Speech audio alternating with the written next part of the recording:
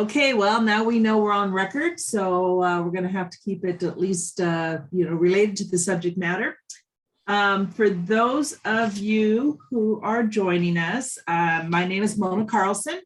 I'm a retired contracting officer after 36 years with the federal government, specifically NAPAC Northwest, which is primarily construction. I worked in A&E services. I did focus on post-award, which is why I put together this little slideshow presentation on tips on how to manage your government contract. It's going to talk about, we're going to get into what the agenda is here, but it's tips. It's things that we see all the time, or that we did see all the time, on how contractors get themselves into trouble when managing a contract. It is geared towards construction. That is what I set it up originally for. But there are takeaways for every product and services and types of government contracts that you have. So I hope everybody gets a little something out of it today. You've got me for about 2 hours. This is your training class, of course, because I already know all this important information. I'm going to take a quick opportunity to go around and let everybody introduce themselves and primarily tell me what kind of services or product or that you are interested in providing, so that if I get to something, I can try to tailor it or respond to something that might be important to you. And so let's take a quick go around the room and introduce everybody. Let's start with Kathy. Good morning. My name is Kathy Cookus. I work for Kitsap Economic Development Alliance, which is one of the hosts for Washington PTAC Subcenter. And we are happy you're here. If you have any PTAC questions, please follow up with me or your local counselor. Thanks. Mary Jo. Hi, good morning, everybody. I also work with Kathy as a part-time PTAC counselor. I retired after 30 some years as a contracting officer and deputy for small business, and am very happy that you're here. Terry. Good morning. I'm a retired contracting officer with the Department of Defense, specifically with the Navy. 29 years of experience, post-award and pre-award, predominantly in construction, service contracts, and architect engineering. Good morning. And again, you've got 3 retired government contracting officers. We like to put a disclaimer out that we are not proposal writers. We are not marketing people. We are not lawyers by any means. What we are is readers. We've read and dealt with contracts. We know all of the mistakes that have been made. We've read thousands and thousands of documents, and we can tell you from our inside perspective what is going on and what you may need to do to protect yourself. So with that, let's quickly introduce ourselves. Michelle. Hello, everyone. I'm Michelle Natardi, and I'm the head consultant of the Pacific Northwest for the Boone Group. And I help government contractors be more competitive on their bids for consulting with compliance and for cost-saving solutions around their fringe benefits. So companies, with Davis-Bacon work or with service contract labor standards or any kind of prevailing or local living wage laws are, kind of my forte. Welcome. Raven. Good morning. I'm Raven Whitewolf, and I'm retired after 30 years of public service and public works, local government, and have had my own consulting practice now for a year.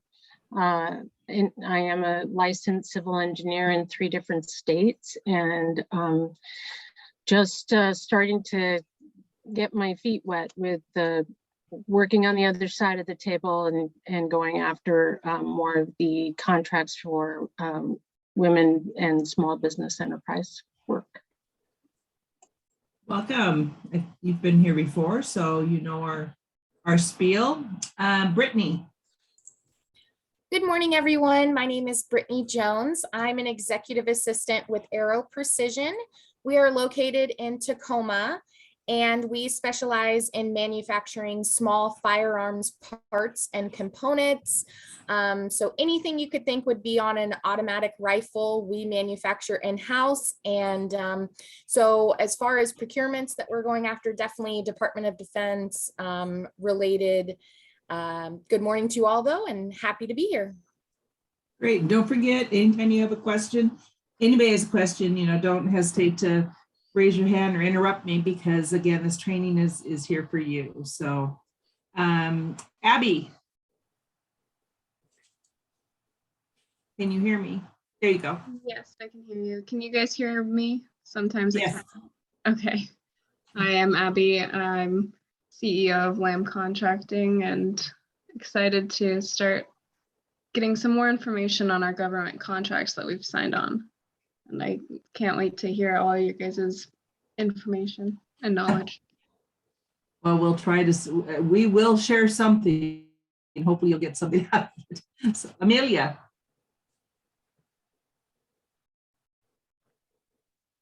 Oh, let's see. Hi, good morning. Can you hear me? Yes. Okay, perfect. Good morning. I'm Amalia Martino. I am the founder and president of the VITA agency.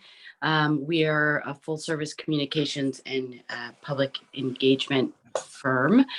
We are DBE and WIMBY and all those acronyms for government contracting, and have grown pretty substantially over the last couple years and signing on to larger and longer capital project contracts. So I'm just always looking to stay ahead of the game when it comes to compliance. Welcome. Thank you. Nora.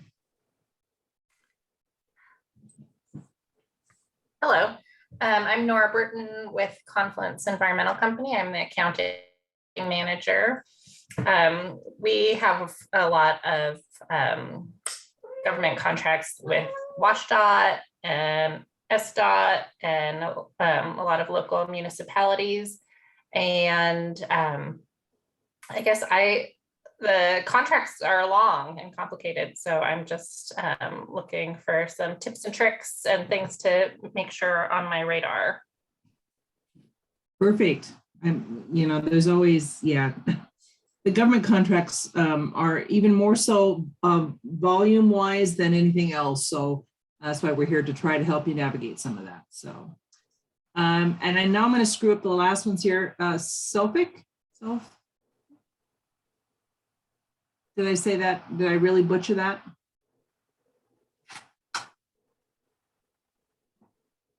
That's Sophic N. Sophic, can you hear us? Your microphone is muted.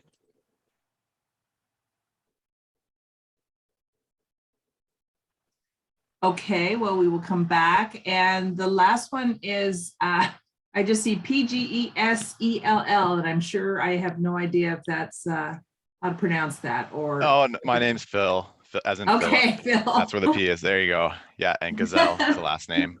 Oh, thanks. Compliance manager at Anchor QEA. We're an environmental and engineering consulting firm. And I'm just looking to gain some general knowledge on compliance and see what I just found out about you guys. So I just kind of want to see what kind of information you can provide, and just looking for all the resources I can as far as GSA stuff mostly.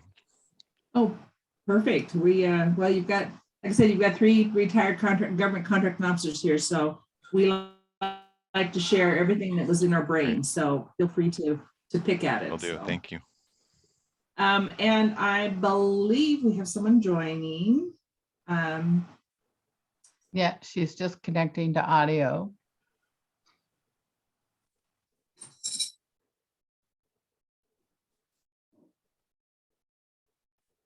Jennifer, sorry to throw you in the midst, but you just joined us and we want to give you an opportunity to introduce yourself before we jump into the class. Good morning. Good Sorry, morning. I was a little late. Can you hear me okay? Yes. All right. Well, I'm Jenny and I'm with Evans Engineering, and we are a small engineering firm, a little outside of your area, but we just recently were awarded our AA. So I'm looking for every opportunity to learn more about how I can use that and any trainings I can take advantage of, like this one. Well, welcome. And again, anybody has any questions, don't hesitate to raise your hand and ask. Again, when I prepared this class, it was primarily for construction. That was what I did in the past, is primarily construction administration, administration of government contracts, specifically construction is where I focus my energy on. But again, a lot of these tips apply to all types of contracts. So let's dive into it. We're going to talk, we're going to try to cover 5 areas today. I mean, trust me, we could talk about some of these things for days, and we do have other classes like how to read the contracts, know where to find this information. So always look at our webpage for training, and Kathy will send out any other notices or come up. But the 5 things that I wanted to talk about today are just some tips. Again, how to know your contract. Know your contract before you ever, start to work on this. It's not so much about, we're not going to talk so much about the individual compliances, but just things that you need to know and how to read it and what to look for. So we've got some tips for that. I want to talk about contract communication. That's, to me, now that I'm even working on the outside, on the other side of the table, that is one of the biggest things that you need to make sure that you've got clear, that you stay in the right swim lane. We call them swim lanes. There are swim lanes. We want you to be aware of them. We want you to stay in the right swim lane so that you make sure that your contract goes as smoothly as it can. Not staying in the right swim lane, not doing the right notifications, not doing the proper paperwork will trip you up. And the government is, again, a big machine, and they don't necessarily take the time to explain that. We're going to talk briefly about changes and impacts. That's, again, knowing how to manage your contract, knowing when relief is afforded to you, when you can look for that, and how to make sure you're monitoring and maintaining your financial and contractual security, that you're doing things right. I want to talk briefly about overheads and pricing, especially now that I spend a lot more time with the small businesses. I'm finding that, you're not real comfortable with knowing how to set up your cost accounting systems and what's required. And again, the government is the biggest machine you're going to run across, and they are ruthless sometimes when it comes to looking at your pricing and holding you accountable. And then I want to talk just briefly about getting paid. There are, again, another 20, 30 topics we could go into, but these are the ones that I think I can squeeze in today and I think are very helpful. Okay, so let's just dive right in, and let me see if I can make sure this is working. There we go. I like to share this, and I think Kathy will make this whole presentation available for you to download so we'll give you these hard copies for your records. In 1995, when I first retired from the government and I started out working with PTAC and going to some of the conferences, I was asked to host a roundtable or serve as a member of a roundtable regarding this type of issue. And in 1995, Mr. Scott Wakefield, he was an owner of an electrical company here. Way back then it was Baird Electric, but PSW Electric. He does a lot of work for the government. Primarily, they were pretty much his primary client. But he published an article in the Daily Journal of Commerce entitled 10 Stupid Things Contractors Do to Mess Up Federal Contracts. And I was shocked and amazed that what he said in 1995, and this was what was part of the presentation, I was actually shocked that these things are still true today. These are 10 things that contractors do, and I think he summarized them pretty clearly and concisely. But in 1995, he identified these, and we are still, both sides of the table are still doing these things to make sure that the communication isn't going as well as it should go. So I just want to address this, and I want you to keep this in mind with everything that you do, because these are the pitfalls that contractors fall into. Number one, contractors try to solve the government's problems. And again, whether it's construction or services, you've been tasked to provide a service or product, and you believe that you are there to make that successful. And sometimes, you will go out of your way or try to go out of your way to make sure that whatever problems have come up can be fixed. And that's one of the pitfalls that we fall into. The government has a very complicated system. Matter of fact, when I worked in construction, we had a $10 million construction contract, and the construction contractor kept trying to fix it, the design flaws and the things that were going on. And I kept trying to explain to them, we've got, we probably paid $3 or $4 million for the design itself. And we probably had 30 or 40 people that were reviewing it and the contract. And the project manager or even the superintendent was not going to be able to undo all of those thought processes and approvals that went into it. So be very cautious that it is not your job to solve the government's problems. It's your job to help partner, but it's not your responsibility to fix it. And there may have been a reason why they did it that way or that they want it that way. So just be careful that you're not trying to take on the whole responsibility of what's going on with the contract. And the contract has its problems. There isn't any relationship that is contractual, written, even professional, personal, that are going to be perfect. So be cautious of trying to solve their problems without them. They are the owner, they're the client, they're the ones that know what they want, and it's their responsibility to fix the problem. Contractors proceed on change orders before entitlement is settled and cost is agreed to. In the government, this is one of the biggest differences between private sector, at least I think it is, between private sector and the government. The government has very clear anti-deficiency laws. They make it very clear in their documentation, you're not to proceed without the money, you're not to proceed without the approvals, because a lot of people make career-bending decisions when they actually authorize or buy something that has not been approved and money in place. So be careful, very careful that you don't proceed with change orders or any kind of direction and then think that you're going to be paid for it at the end. It takes a lot of paperwork. And one of the biggest disadvantages of doing that is that people get in trouble. The government employees, contracting officers, Terry, Mary Jo, and I can attest to this, is if you're caught doing something, an unauthorized commitment, there are procedures, you're going to get in trouble for it. So the easiest thing is to tell contractors no. I mean, once they get in that position, it's really easy to deny it or say that you did something on your own. So make sure that that communication is very clear, okay? Contractors fail to track costs for extra work separately. I see this really in small businesses that don't even really know how to manage their cost or what their costs should be.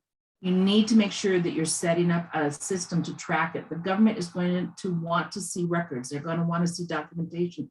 They're going to want to know what that change is and how that change affected it. They're going to question you. Again, they're spending the taxpayers' dollars, and they have requirements to be very prudent about that. So you want to make sure that you're tracking those costs. Maybe set up a separate job order number, keep your receipts, whatever you need to do, but track that work separately. If not, you will not be compensated fully for it. And your business is set up to make a profit, not to do things for free to the government. Contractors assume that the government will explain their rights to them when settling changes. As I continue working now on the other side of the table, I see this to be more and more true. We're getting a lot of turnover in the government. Their government is plagued with the same problems that private sectors and businesses are. High turnover, a lot of old time knowledge going out the door, retiring. You've got 3 retired people here that worked for 30 plus years, and we've all retired, and now the new ones coming in have less experience and less longevity in the job.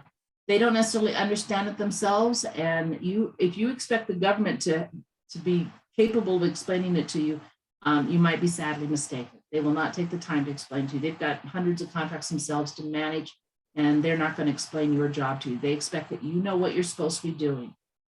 And besides that, in any relationship, I always thought when I was on the other side of the table, it's not my job to justify the money for you. It's your job to justify it. I have to protect the taxpayers' dollars, and I may or may not see the need to explain to you why you aren't charging enough or you didn't track your cost enough, and I'm going to explain all the details to you. The government, I often like to say, is like a castle with little windows. You throw paper in and sometimes you get an answer out, but they're not as open and as willing to communicate as they are in the private sector. So be very careful of that. Contractors assume that the government's interpretation of the contract documents is correct. Again, it's like the game Battleship. Everyone has a big wall between them, and don't assume that the government is looking out for your best interest. That's the bottom line. Contractors fail to notify the government of changes, impacts, and delays as they occur. This is a big one for the government. There are very, very specific notification requirements. And I often like to explain this as you're spending their money. So you owe them the courtesy, and they demand it actually, but you owe them the courtesy of telling them that there is a change, or this is going to be an impact, or you are going to do something that's going to cost them more money. And you need to give them the opportunity to either fix it or not have you do it or get the money, but they hate to be notified afterwards that they have a cost later. This is very, very important. Notification of changes is probably the biggest thing that will get you denied to start with. I mean, the courts have ruled that if they actually receive the service or the product and there was an honest effort and intent, that they're going to get paid, but it's a lot of work to do that. So notification and the requirements for the notifications are in the contract and you need to be aware of them. Contractors finance the performance of the changes for the government. I work now for a large construction company and we have several $million-dollar REAs where we were directed to do the work. This is again the problem that gets us, this is again summarizing that we continue to make these same mistakes. And we're now waiting to be paid for that. So we had to finance that to get the job done. And if you don't stay on top of it, you don't know your rights, you don't know how to perceive it, you don't know how to make the contractual relationship between the parties hold true. There's, as you know, with government contracts, there's pages and pages, hundreds of pages. And in there is the instructions, in there are the regulations about what to do and when to do it. And if both parties are not held accountable to that, they're in breach. Both of them are in breach. And contractors often end up financing the performance because they're anxious to get the job done. They're anxious to perform. They're anxious to move on to the next job. And this is where you're going to trip yourself up. Not that the work won't be done, not that you're not doing a good job, but this will trip you up and it will eventually mess you up because you'll have to end up paying for it, which will be a financial strain on your company. So again, we're trying to give you some tidbits on how to make sure that your contractual relationship stays on an even keel and you don't get into trouble. 8, contractors fail to understand what costs they are entitled to when covering when changes occur. I find this especially true for new businesses, small businesses, businesses that are starting out that really haven't had the experience with their cost accounting system or with change orders to know where they've lost and what they need to recover. So we're going to talk briefly about that, but that is a huge one. You are in business to make a profit. And if you don't know how to track your costs, how to report your costs, how to sell your costs to the government, you're not going to be very profitable, and you can't do that for very long. Contractors allow the government to intimidate them when negotiating changes. I can attest to that one. I have a very bad reputation with a lot of people. I was really hard. I would negotiate. Again, I was protecting the government's interest. It wasn't actually my money. It was the taxpayers. It's the government's. And so actually I felt a little more, it wasn't my money. So it was a bit of a game, I should say. If you didn't prove yourself, I wasn't going to do it for you. And the government can be considered a guerrilla. They're on the other side of the table and they're intimidating you, especially, again, small businesses that don't have the experience or the depth and breadth to be able to negotiate and to negotiate with some confidence. And the government will take advantage of that. So don't let them intimidate you. Contractors fail to administer changes like a separate job. We've kind of talked about this one already. If you don't keep track of your costs, you don't know how to get your costs, you are not going to be profitable. You'll end up paying for it. You'll end up losing money.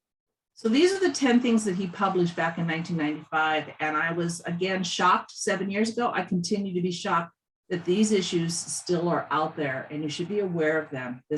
You will fall primarily if your contract is not 100% successful, not necessarily performance-wise, but in administration. You're losing money, you didn't get everything you should, you've financed it up front, you're trying to recover costs. These are the pitfalls that you're going to fall into. So I'd like you to hang on to this and just think about it as you're doing business.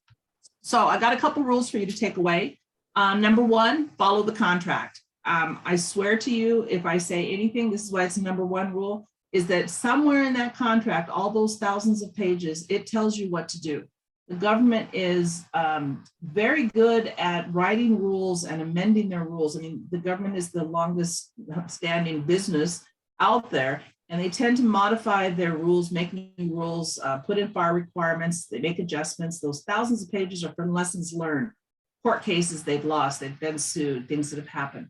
So they have very well-defined procedures, what to do, when to do it, who's responsible for what. And somewhere in your contract, it's going to tell you what you're supposed to do, what swim lane you're supposed to be in, and how you're supposed to administer this contract. The government does not do things on a handshake. They do not do things on a napkin. Everything is well documented. So know and follow your contract. too often, and I again see this on this side even, everyone awards the contract, you kind of shove it aside, you sit at the table, you say, okay, now what do we need, how are we going to do it, and where are we going to go? And that's not the purpose, and it will trip you up. The documents very clearly define what your procedures are. I caution you to not overthink it, not to redesign it, and not try to better it. You've been called in or hired to do a service, do that service, and actually to make improvements and changes. They're not discouraged, but they're not encouraged. It takes a lot of effort to get contract changes in, to get them funded, to get those changes approved through the multiple end users. 99% of the time when you're dealing with a government representative, they are not the end user. It's their job to buy that service for someone else, and you may not ever even see the end user. So to get their approval and to get their funds and to get that change, it slows the big machine of the government down. When you think about those carriers that leave with 5,000 people on them, they've got to have that toilet paper. They've got to have those pencils. They've got to have that weapon. They don't have time to stop and to think about how they could do it better. It's already been designed. So don't overthink it. And more importantly, from the government side, and it's probably Terry and Mary Jo, don't try to understand it. The government has its own language. It has its own procedures. So often common sense does not apply. So again, these are just insider information tips. These are things that we've seen and how we try to now share some of those with you. More and more now, I even work with the PTAC. I'm seeing those small businesses, and they're fighting and struggling and coming up against the same things. They're trying to understand it. I can guarantee you that somewhere the procedure is written, the FAR clauses, we're going to get into that a little bit, they tell you what to do. I'm not saying don't ignore it and don't try to comprehend what's required, but don't necessarily understand that common sense plays into it. So to follow the contract, I used to have several people on my team. We'd sit at the table, contractor would spend 45 minutes explaining the problems to us, and we would always say, what does the contract say? Because I can guarantee you it's in there somewhere. Rule number 2, always remember, the government is very, very particular that only contracting officers can change the contract. You might at any time, depending on what service you're doing, you might have 10, 20 end users, and each of those end users has a different thought about what it is we're buying or what we're getting or what the intent is supposed to be. I can guarantee you that their requirement has gone up through several layers. It may have been massaged, it may have been changed, it may have been modified. The government even has standardized procedures. They have standard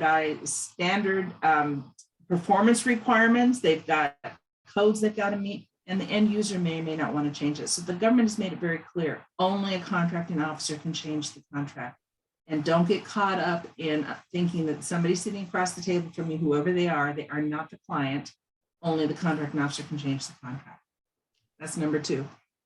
Rule number 3 that if I could leave you a tip, it'd be document, document, document. Again, when you think about it, you've got to, I always say how you divide it is how you apply it. The same thing pretty much in life. How you buy it is how you're going to apply it.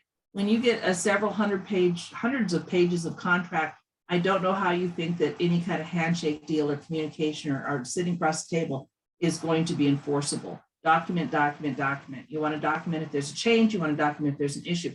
And I'm not saying these are bad things. I'm saying this is the tidbit that you need to take away to say, I can't just do an email. I can't just do a phone call. There's pages and pages of written requirements, and that's what we need to have is written requirements to proceed and to change that. If you ask for something again, you want it in writing. And plus you cannot recreate history. That is one of the things that judges will frown upon if you ever have to go to court to get your money or to settle something, is judges do not like you recreating history. They understand the process. You've got a 500-page contract. Why do you think that an email would change that? They don't look favorable in that. So just understand the process. I'm not saying that this is necessarily wrong. I'm just saying this is the process. And don't get caught up in not following the process. And the last rule or tidbit I would leave with you is that the government didn't get the email that said that they can be treated like a private business. Under the constitutional law, of course, the government is the king. They are the sovereign. Technically, you can't sue the sovereign. But back in 1861, President Lincoln finally realized that if the government is going to act like a private business, they're going to have to be treated like a private business or business. And so they can be sued if they do certain things wrong. That's really hard sometimes for the government to understand that they can be sued and that they can be wrong.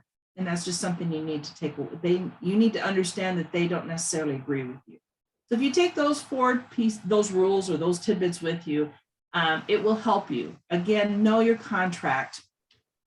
Know that only certain people can change it, and you can be as polite as you want when they're asking you to do it, but no, there's only certain people that can change that.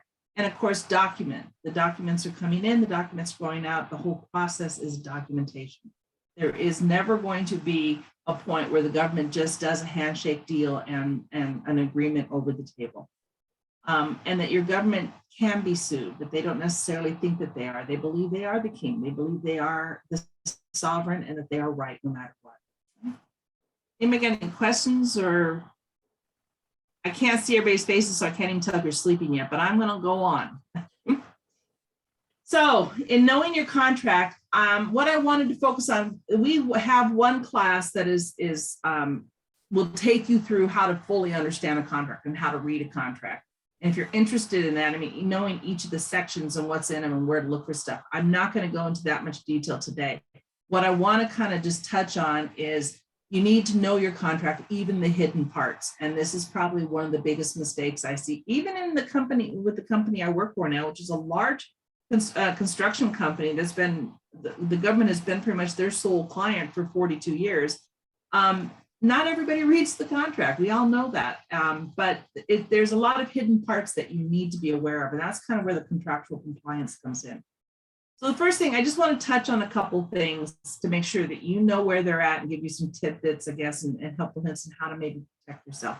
First of all, I do want to explain the differences between clauses and provisions. And the reason I do that is because clauses and provisions are sometimes listed in your contract, pages and pages of just numbers.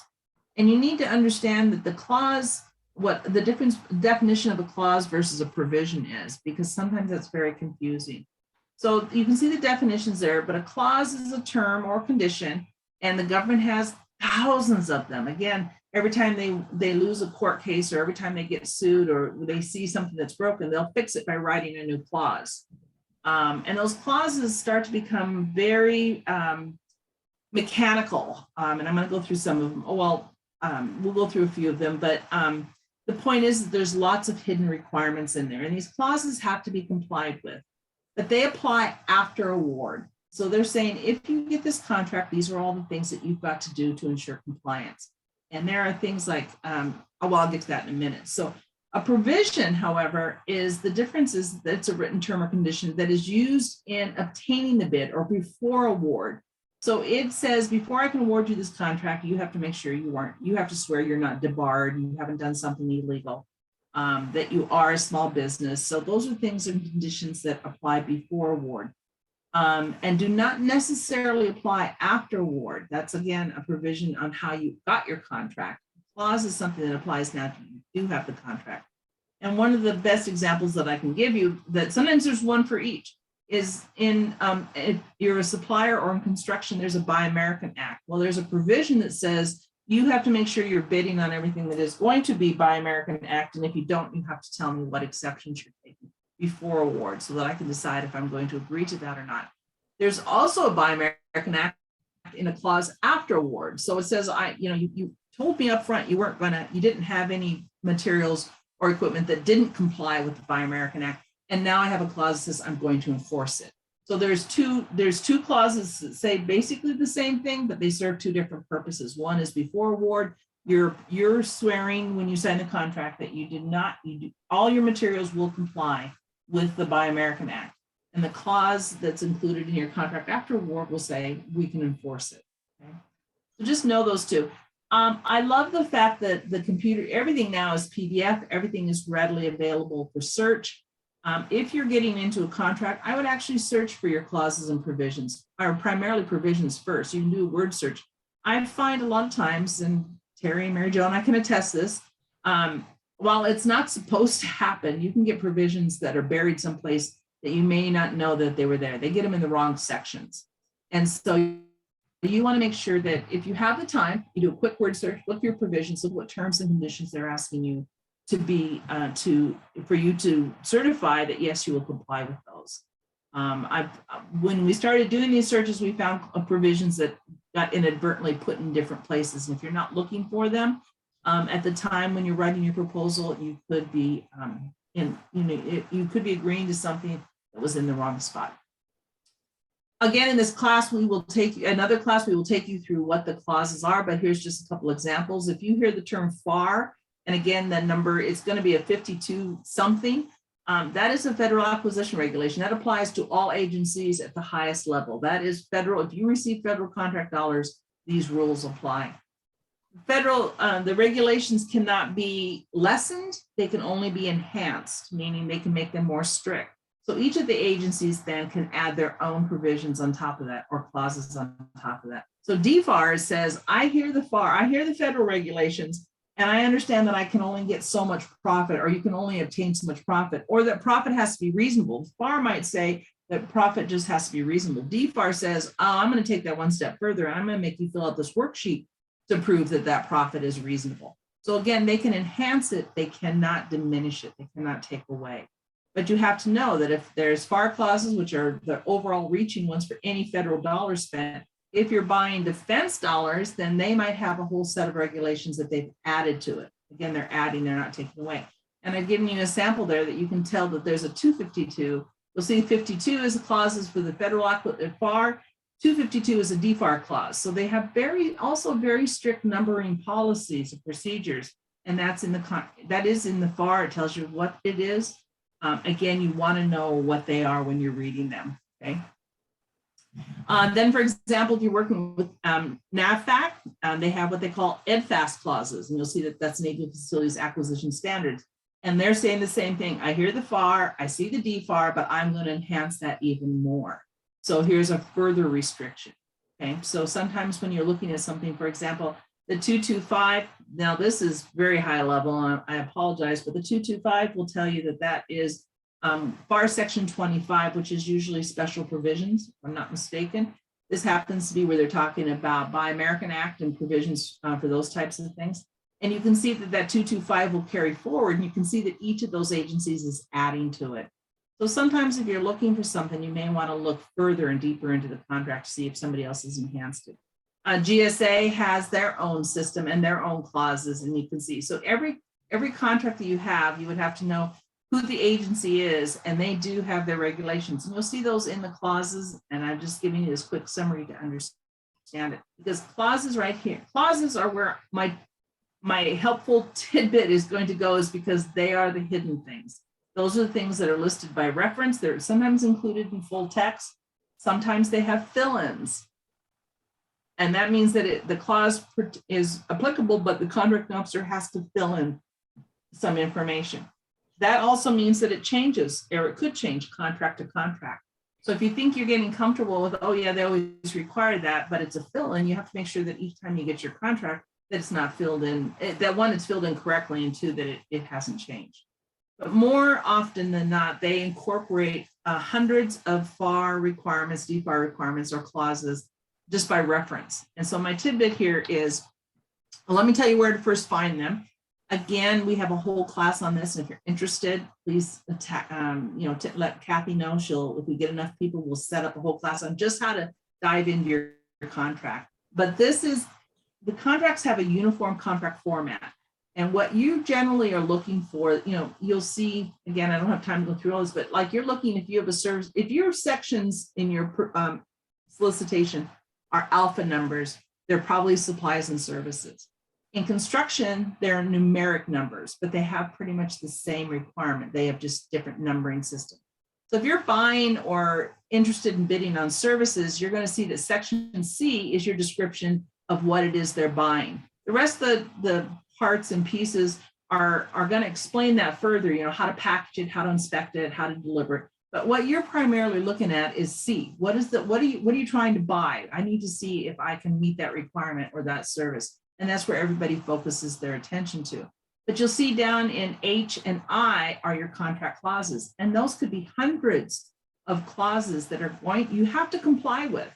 you have to also say that because they're now incorporated, that you will comply with them. And this is where sometimes you can be providing the best service. You can be providing, actually all the services are excellent, they're done, but you fail to comply with something. And we're going to talk just briefly about a few of those. So right here in I, and in construction contracts in 700, that's where a lot of people just skip over and they say, you know, okay, I get it, they're there, those are requirements, but those are where the hidden gems are. Those are the things that will trip you up. Those will also be the places where they talk about recovery and what you can do and what the parties' requirements are and how we treat each other, the government and the the contractor, how we treat each other professionally. What are our rights? What are our due dates? You know, what can we do? When can you seek recovery? What do you have to do? How do you have to notify me? So there's a lot of hidden information in your contract clauses, and that's where you're going to find them in sections I and in section 700. They're going to bury some of those clauses in like inspection and acceptance. So, you know, I encourage you to go through each of those. And if you have the time, this is my tidbit, you need to print those out.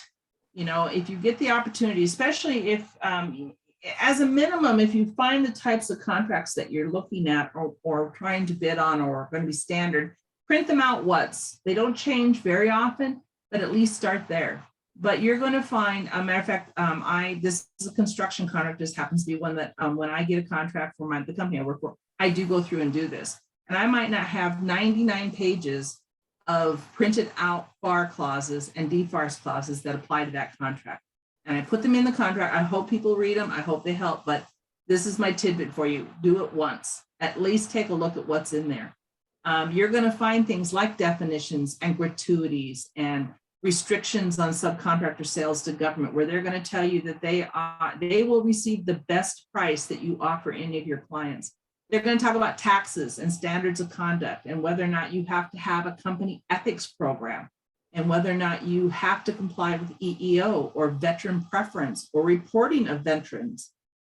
You have to post and require whistleblower, and that you have labor policy, you have a bulletin board for your employees that have their wage rates and their whistleblower requirements and Department of Labor and other things. And you're required by these clauses to do that. It's separate from what you're doing. Again, this is where we get tripped up, and this is why you're getting this little helpful hint, is you need to print these out. And when you have the time, you need to read all of the hidden requirements that are in your contracts, because these are the things that will eventually get you in trouble. This is where they're talking about labor requirements, both Davis-Bacon, Service Contract Act, what you have to do, whether you have to have segregated facilities or you're not allowed to have segregated facilities.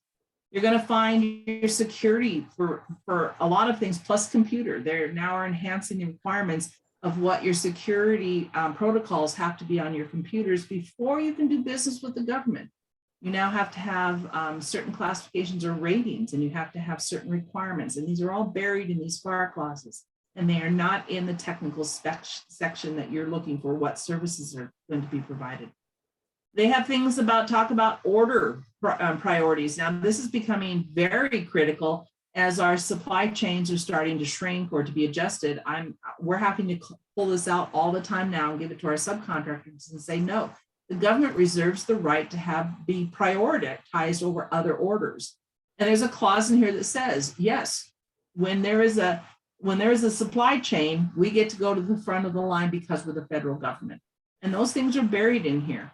And those are things that if you're a supplier, you want to know about. If I buy a contract, but I got 10 clients ahead of you and I'm supplying this and I get a new federal contract, technically they can go to the front of the line. You know, and how is that going to affect your business and your other clients? So again, these are things that can trip you up that you may or may not be aware of, because everybody's just looking at the scope of work. You know, can I provide those engineering services? Can I build that construction? But these are the things that you do have to comply with. So my recommendation is print them out. You know, get the clauses, there are pages of them.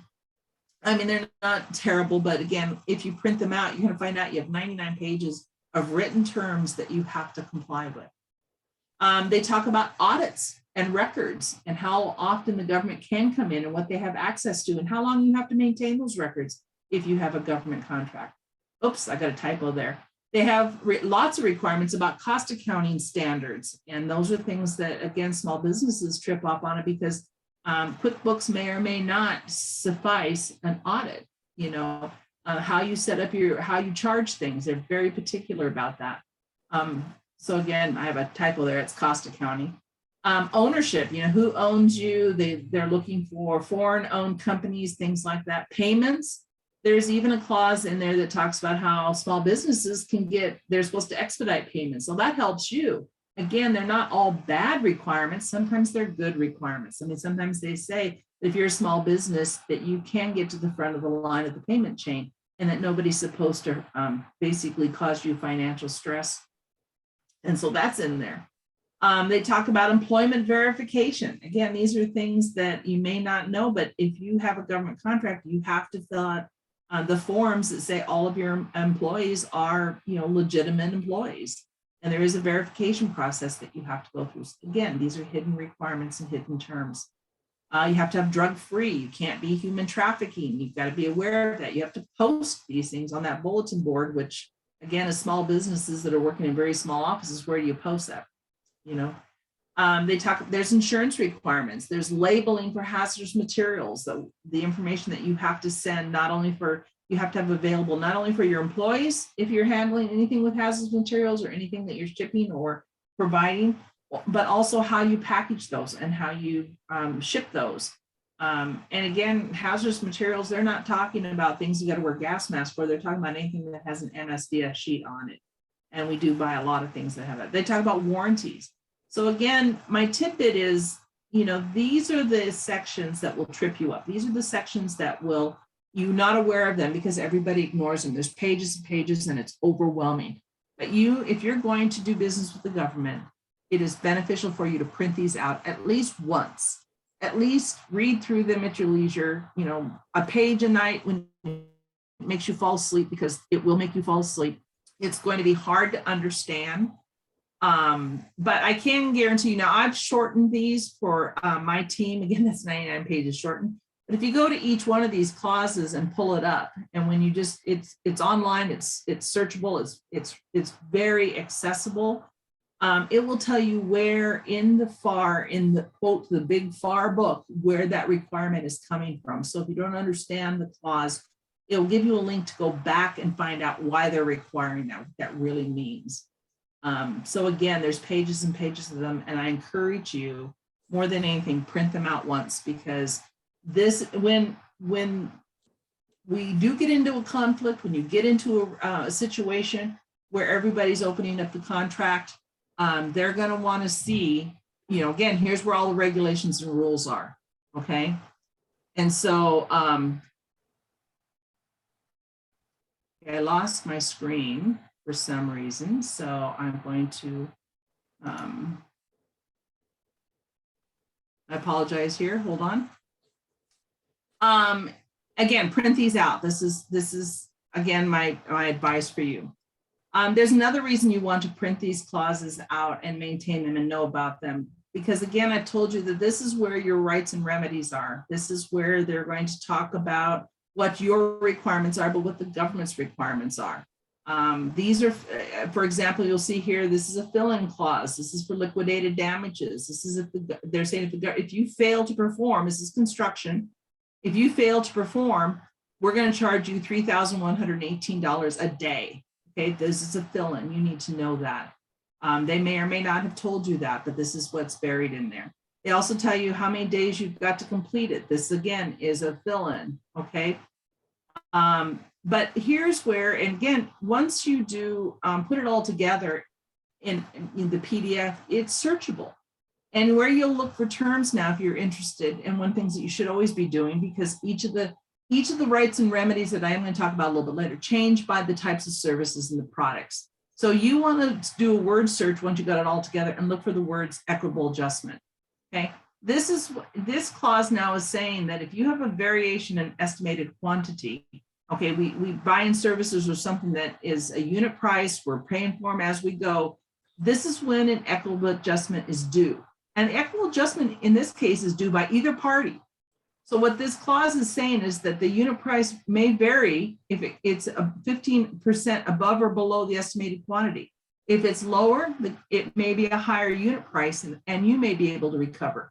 If it's higher, the government may be saying, well, you've got some efficiencies, economy of scale, and I want a lower unit price. So again, just being aware that even though you have a contract, you're providing a service or a product as estimated quantity, and they're buying it as they need it. This clause says that if there's a change of 15% above or below, either party has the right to ask for an equitable adjustment, meaning that the government can come back to you and say, I think your price is too high because I bought a lot more of these. Okay.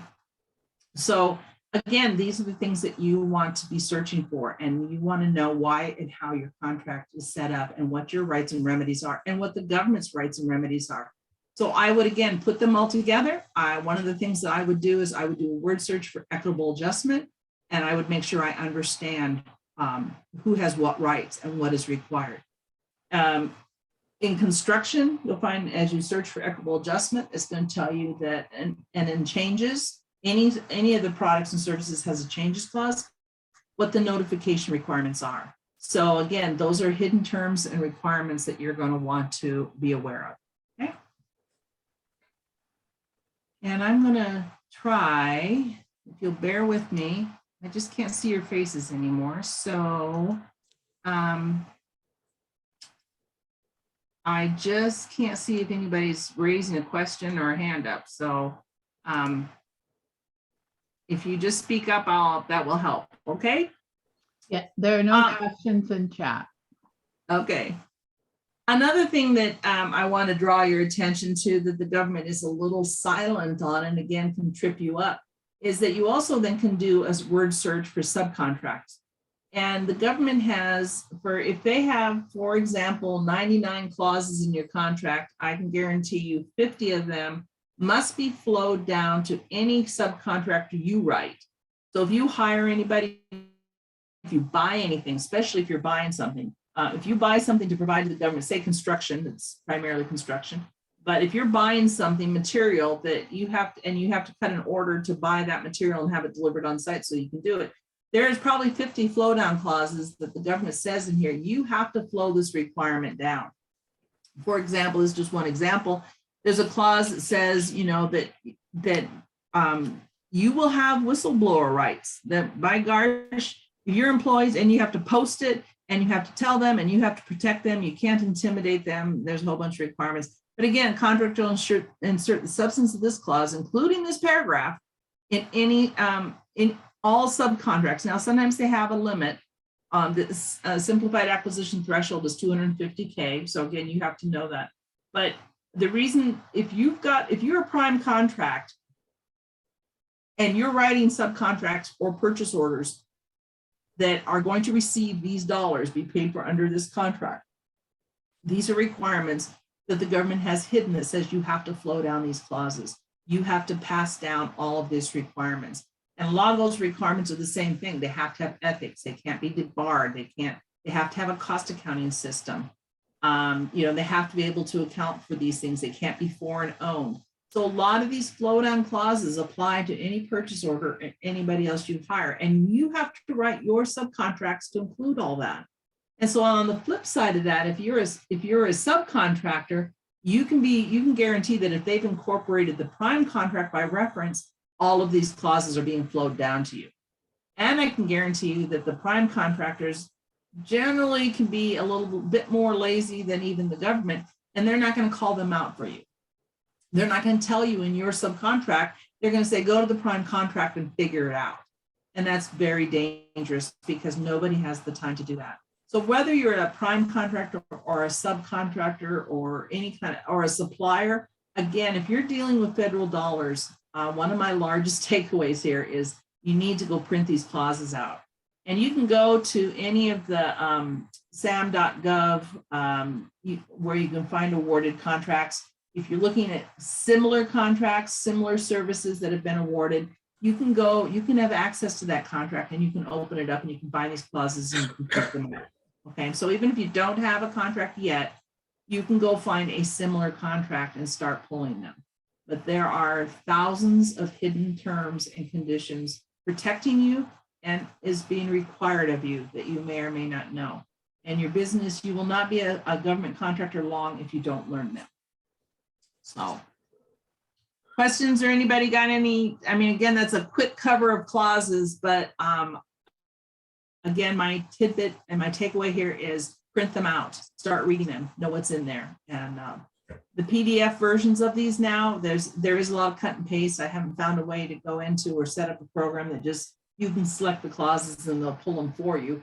I find that I have to do a lot of cut and pasting myself to get them into one document, but then it's searchable. Then you can look for anything that you're going to need, okay? And it does help a whole lot. Okay. Contractual communication. I want to just spend a little bit of time on this. This is what I call swim lanes.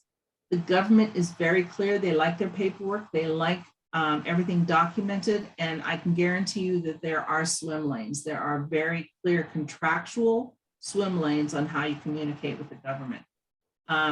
For construction, again, this is focused on construction, but it can, the takeaways, you may or may not have some of these. So here's how the government says you can communicate to me. You will give me a submittal. This will happen whether you're being a supplier or anything. You have to give me a submittal that tells me what you're going to send me. I've asked you for a fire suppression system, or I've asked you for toilet paper, but I want to know that the product you're going to deliver me is the one that meets my requirements. So they're going to ask you for a submittal. And they're going to say, what do you intend to provide to meet the requirements of the contract? And if you both agree, you both sign off on it, that becomes basically a written part of the contract. You asked for this, I propose to provide this product that meets that requirement. The government accepts it, they sign off on it, and now you're contractually bound to provide that. That's an agreement between the two of you.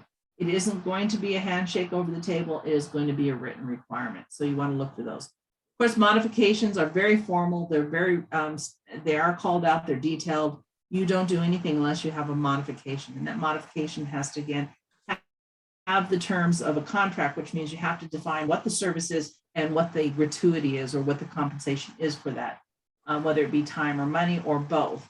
So modification is just an extension of the contract. What am I going to do and how much money or what kind of consideration am I going to get for that? And that is the only way that the services can be changed. Of course, that's part of only the contracting officer can do that. There are clauses in there that say you cannot proceed unless you have this modification, which is an agreement. Letters, they will not be called out as letters in the clauses. They'll say notify the contracting officer, and that's when you have to make the distinction between, is the notification a submittal, is the notification a letter? I can guarantee that my preference, I can't say I guarantee it. My preference and my recommendation is that any kind of notification that goes to anybody on the government side falls into one of these swim lanes. But letters go to the contracting officer. A letter is a formal notification or a request for something. I'm going to talk about each of these a little bit so I can help you with that. Non-compliance notices are a form of communication. You don't want to get any of these. This is the government's way of saying, I've got a form that says you're not compliant, and here's why you're not compliant. They're very standard in construction. If they come out and they inspect something and says, nope, that paint doesn't meet the requirements, here's your non-compliance notice. You are not complying with the contracts and you've got a certain amount of time to fix it. It's notice that becomes part of the contract documents. A request for information. Again, we're going to go into each of these a little bit more. These again are, the government is very particular. If you don't understand something, if there's missing data, you want to ask a question, I have a form for that. I don't like you just to call me on the phone and ask me, because neither one of us can track that. So you have a specific form that says if you want to ask for information or clarification, or you're missing something. And I have some cheat sheets for you following that too. There may be other forms, but again, they're all called out. If you want an outage, if you want a badge, if you want to submit your insurance, there is a form required for that. And then the last one I throw on there is if there's any meeting minutes, any kind of meeting that is required by the government. And again, this is primarily construction, A&E services, those types of products. They call out for meetings, like meet once a month to talk about the schedule, meet once a month to talk about the progress of the job or the quality of the work that we've done. And again, you are responsible for the meeting minutes.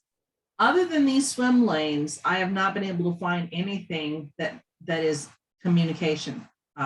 They fit into one of these. They may be one or more. I can guarantee you that modifications and letters are on all contracts. Submittals are going to be the next one. It's that they're saying, tell me what you're going to give me that complies with the contract. But I want to caution you that emails are a delivery system. They are not a communication tool. And I am seeing more and more court cases being lost by either party because of emails. Emails are now going to be the downfall of the whole contractual relationship because it's easy to have that communication, just that verbal communication. What used to be a verbal communication is now showing up as a written communication between the parties. And we are seeing court cases where emails, things that are discussed in the emails by both parties have then been the downfall or the winning for the wrong party, I guess, or the right party.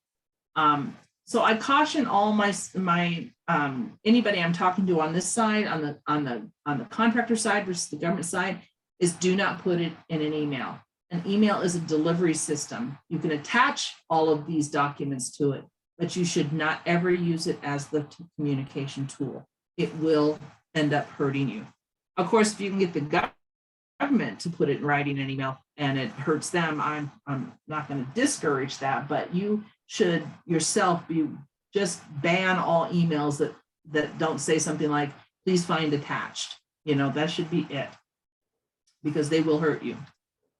Here's some cheat sheets for you, just some pitfalls and some things that you need to be aware of. I've broken each of these down now, the submittals. In construction and in A&E services, design services, if they require, the government has now said, okay, I require you to certify that it does comply. It's not up to me to make sure it complies, it's up to you to certify that it complies. And that again becomes an additional requirement that says if you've got a quality control manager or somebody looking at it certifying that it complies, the government is going to be less forgiving if for some reason it doesn't comply. They are stepping back and saying, we're not your quality control system, you are your quality control system. So make sure that you understand that what you sign, you are saying, yes, it complies, yes, I agree to it. And it's a bit of a trap, and I just want to draw your attention to it. One of the, submittals, don't resubmit, don't give them a submittal if it's not, again, a contractual requirement. If they say, well, send me something on that, again, you're communicating to them, you're putting it in writing, you're committing to that. So, don't resubmit it. If the government has an obligation and responsibility to respond to you, I've disapproved it for this reason, I want something else. And especially on construction, we used to find a lot where they'd say, they're kind of winking over the table at you as, I can't do a sole source, but this is really the product that I want. This is what I want you to do. So could you please provide that? And they don't put it in writing, and you submit something that then becomes a higher priced sole source named product that they were really aiming for, but contractually, legally, they couldn't ask for because they didn't have the rights to ask for a sole source or a particular product.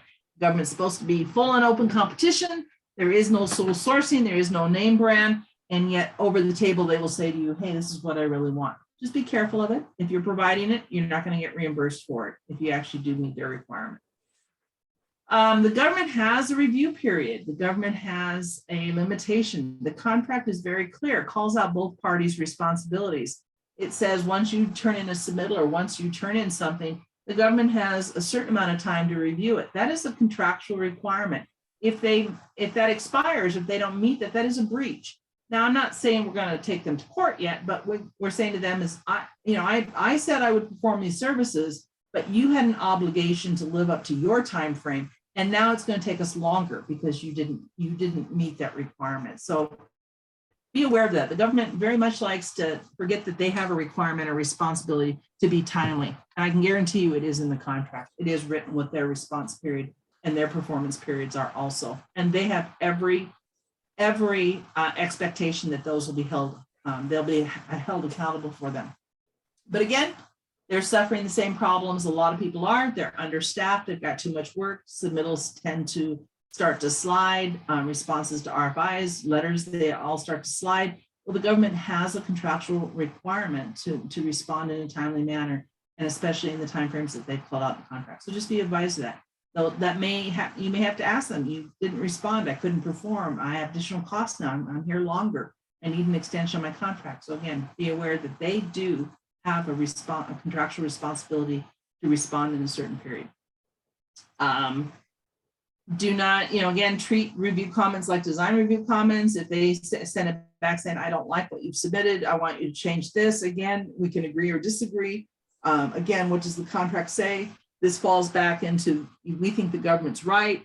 We have the submittal, this is what we intended, this is what we bid on, this is what we were going to give you, this is the product that we intended to provide.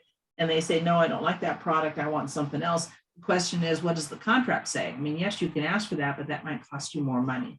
So again, every step of the way is, what does the contract say and what did I bid on? Again, you need to figure out what, whether or not you're going to be successful or profitable in this. Know the difference between a variation and a variation. The government has this is one of those things that the government has a very definitive idea of what a variation is. A variation is an improvement in their mind. You could say, I was supposed to provide this HVAC unit. There's this new unit that's on the market right now that has less maintenance. It's an upgrade. I want to provide it, same cost, but I want to provide it to you. But it doesn't meet the contract requirements. Of course, we have to have a variation. They can only approve variations if it proves to be beneficial to the government. So there's an extensive process that you have to go through to say, I don't want to provide what you asked me for. I want to make this a betterment. Sometimes it even means that they want money back. They want to say, oh, okay, well, it's cheaper or whatever. So just be aware. Here's the bottom line. Don't use the word variation. Use substitution. I plan to substitute this product. Again, this is that knowing the language, knowing your client, when you say a variation, what does that mean? It means something entirely different to them. Okay. Modifications, of course, here's your takeaways. Do not start work before you receive it. Recognize that all modifications are required to include what they call a full accord statement. That means that it's a release, just like it would be on an insurance. If you were had a car accident, you'd be saying, this is full accord. I won't ever sue you or come back to you again. And all modifications are required to have that. Of course, do not sign a modification that is not 100% agreeable. In the FAR clauses and in the FAR itself, it talks about what the government's rights are. You do not have to agree. They can issue it unilaterally, and that reserves your right. So again, you need to know that requirement. The government can issue the mod. They can demand you go to work, but you reserve the right that I do not have to sign it. You do that unilaterally, and I reserve my right that if that costs me more money and we're in dispute or we don't agree, I'm not signing it just because you're a gorilla and you're forcing me to sign it. So be aware of that. And we have a class on that, on modifications too, and that type of change order work. Do not proceed with work on a unilateral if you've exhausted the funding. That's true on any. If it's a bilateral mod, you've agreed, it's firm fixed price. You have to provide it whether you make money or you lose money. On a unilateral, they provided the funding. Don't exhaust that. But again, reach out and ask one of the PTAC people to help you, and we'll explain if you ever get in that situation. If you're in construction, there's a clause, again, these are hidden clauses and requirements, that all modifications must adjust the CCD or the contract completion date, or they have to talk about why it doesn't. These are requirements, and the government's very good about kind of ignoring them and then waiting until they get to the end. And you cannot recover from that. That's just not, it's not successful. Modifications are effective the date the contractor officer signs it, no matter what block 3 says. Sometimes there's a block 3 which says effective date on the mod, and again, we have a very detailed class on this. But the date that the contract officer signs it is the date it's effective. And if they backdate it, there's usually a reason for that. And again, if you get in that situation, call your PTAC office and they'll reach out to one of us and we'll help you understand it. Know the difference between a proposed change. Again, we have a change order class, and you just want to understand that both parties can ask for money. That's what those provisions, the FAR clauses are for, is that the government has the right to say, here, I want to change the work. Here's what we call a proposed change. Some of the agencies call them different things, but a proposed change, I want to modify the contract, and I'm asking for that, and the government can initiate that. And the way they've written the clauses, of course, you have to comply. There's also, though, a modification for a request for equitable adjustment, which means the contractor can initiate the request. I hear you, but you changed that. There's a differing site condition there. You delayed the process, and I'm entitled to an equitable adjustment. And you do not have to wait. Know the difference between those two, because you are the initiator of the request, not the government. And you do not have to wait for them to initiate it, okay? I find more and more businesses are saying, well, I'm waiting for the PC so I can submit a proposal. That's not what the terms of our contract say. So again, knowing those terms that are called out in clauses is that you have the right to ask for it. You don't have to wait for them. So again, just a tidbit. Ensure any proposed submittal includes a period for when the proposal is valid. I am sometimes shocked that contractors will turn in mods or a proposal for a modification, but they will not say how long that price is good for. And that you don't do that on the original contract. You know, matter of fact, the contract when you're submitting on a solicitation is very clear. Your proposal has to be good for 90 days. And so you have to price it accordingly. Well, the mods, any price proposal you should turn in should have a condition. My price is good for 60 days or 90 days or 30 days. You know, if you don't get me a response in 20 days, my price has to go up because the material's going up, or I have to delay the time. So you want to make sure that any price proposal you ever turn in for anything has the period that the price is valid for. And once that period expires, you resubmit. You do look at it and say, do I have a cost increase? And it could not be a price increase. It could be the same price increase, but now it's still, again, a valid proposal. The other one has expired. So just be aware of that. Again, I am shocked when contractors do not put periods on there, and sometimes the government gets around to it a year later and says, your price is still good, right? I mean, you didn't put an expiration on it, so it's still good. And that isn't the case. And later on, we can talk about it, but there's a section block 13 that'll tell you that, again, the FAR is very specific about what rights each party has. The FAR has very specific requirements on when a contracting officer can change the contract. Again, contrary to what they think they're the king and they can just do it. But they have to have a reason to change the contract that you have. And in block 13 on your modification, it'll say what what authority they are exercising. And it's just interesting when you look at them, sometimes they try to find different reasons to do that. But we're going to talk about rights and recoveries a little bit, and you'll see why that's important. I want to talk about letters. And here's a great takeaway for you.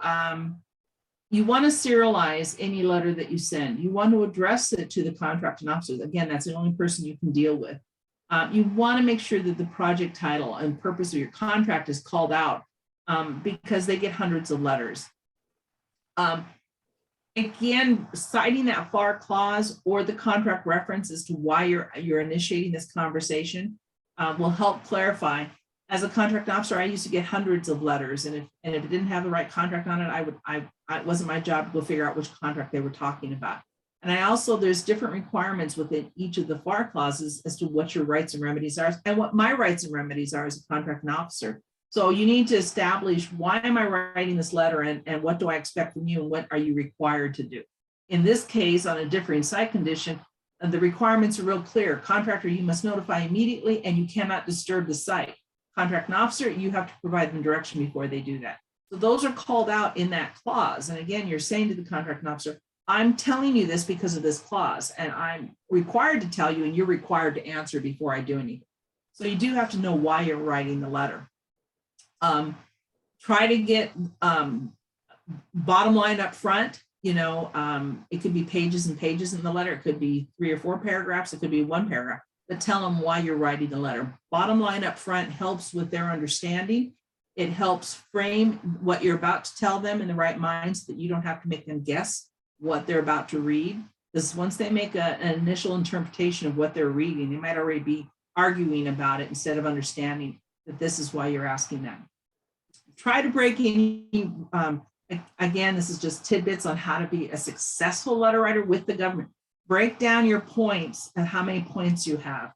I used to get letters, and I'm sure Terry and Mary Jo can attest this, you get letters where they're just rambling, and you're trying to number them. You're trying to figure out how many issues they have here and how many issues do I have to address? How many points do I have to readdress?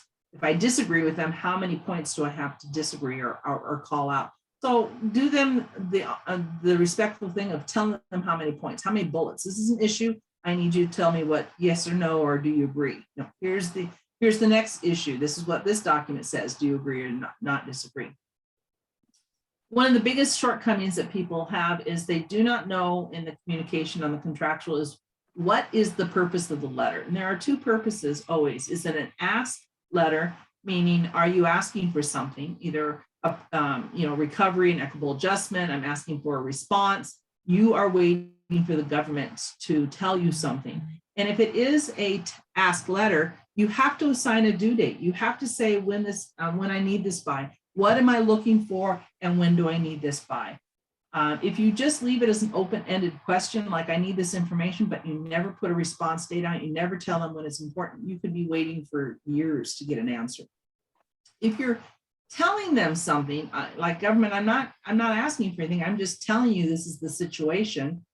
You want to make sure that you then tell them what you're doing about it or what the next action is. So every letter should be very clear as to whether it's an ask or a tell, who has responsibility for the next event, and whether or not, and what that due date is. If it's just a tell letter, meaning I'm just putting you on notice that you missed your target, the gates were closed, I'm telling you I couldn't work this day, I'm telling you I tried to deliver the package and nobody was there, I'm just telling you because I'm protecting my rights, I'm required to tell you, again, what bar clause says I have to tell you. And again, am I gonna submit a proposal later? Am I going to, can I just let it sit out there and decide later if I have any cost impact? You need to tell them what it is the purpose of the letter is, okay? So keep this with you. And the reason I offer this tidbit of information is because I used to get hundreds of letters, and if it was too hard for me to figure out, if I couldn't decipher it, if I couldn't put the code on it, it just went to the bottom of the pile. So the reason I offer this insight, or how to maybe format a proper letter to the government, is help them help you, okay? Help them understand what you're looking for and what time you need it and when it's going to impact them. And that will help them get to the answer quicker, because if they have to spend hours trying to figure it out and they've got 30 other letters on their desk, you're going to go to the bottom of the pile, okay? RFIs, whether you have them or not, this also is the same information that I tried to share with you on PPIs, which are pre-proposal inquiries when you're asking questions. There's a specific form, again, that the government says, what is the information that's required? It's got to be serialized, it's got to be, but here's just a couple tidbits. If you ever do an RFI, and if you don't do an RFI, I apologize that you have to even look at this, but be aware. The government has this great little trick here that says, hey, there's information requested. And you have to remember that if you're doing an RFI, there's confusion. I either don't know something or understand something or something's changed, but this is the only reason I'm asking you, because I wouldn't ask you if I already knew the answer. But if you don't know what the answer is going to be, I'm missing information and I don't know, I need to know what color paint you really want me to use. I need to know by next Monday, because that's when I'm starting to paint. How do you know whether there's an increase or a time impact depending on the answer? So again, be aware that the government has set this form up, and they often say, if you don't fill this out, I'm not answering it. Well, put up here, I don't know if there's going to be a price increase until you tell me what the answer is. If you ask for more expensive paint, it's going to cost you more, but anyway, just be aware of that. Double check the response. Remember where I told you that the contracting officer was the only person that could change the contract? Well, whoever's answering this is technical. This is a technical question. If it's a contractual question, it would be in a letter format. Again, that's the swim lanes. An RFI is a request for information, meaning I just need information. It may or may not be a contractual issue. It may just be clarifying. I may just not be able to install this outlet where you want me to because I ran into a brick wall. Can I move it over 3 feet? That type of thing. But down here, they're going to say, this response is for clarification only. It does not result in any time change. I am not authorized to give you an answer that changes or costs money. You only can get that from a contracting officer. So just be aware of this RFI. They set it up. They are aware of the rules. They know the rules. Make sure that they check this. If down here, they say it does require modification, you're going to get a formal notice from the contracting officer. Okay, so this is saying, go about your work unless you think that there's a change. If there's a change, you need to get out of the RFI swim lane, go over to the letter swim lane and notify the contracting officer. I hear what they want, but that's a change and I need more money. So now contracting officer, you have to weigh in. Okay, so again, know your swim lanes.